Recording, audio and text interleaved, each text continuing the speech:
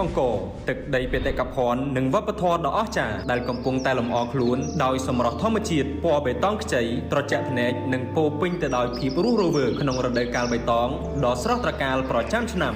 ត្រៀមខ្លួនចូលរួមនិងរីករាយក្នុងព្រឹត្តិការណ៍ទេសចរជជែកលើវិថីទេសចររដូវកាលបៃតងឆ្នាំ2026រយៈពេល2ថ្ងៃចាប់ពីថ្ងៃទី20ដល់21ខែមិថុនាឆ្នាំ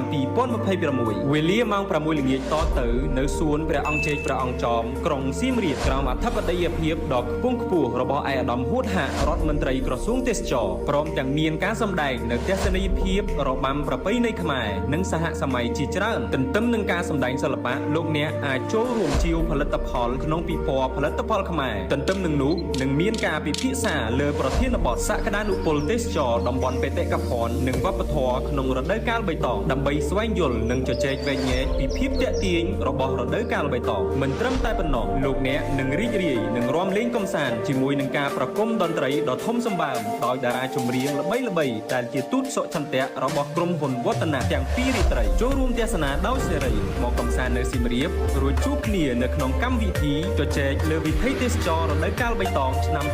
2026ចាប់ពីថ្ងៃទី20ដល់21ខែមិថុនាឆ្នាំ2026នេះតទៅសម្រាប់រដូវកាលបៃតងកំពុងរងចាំអ្នក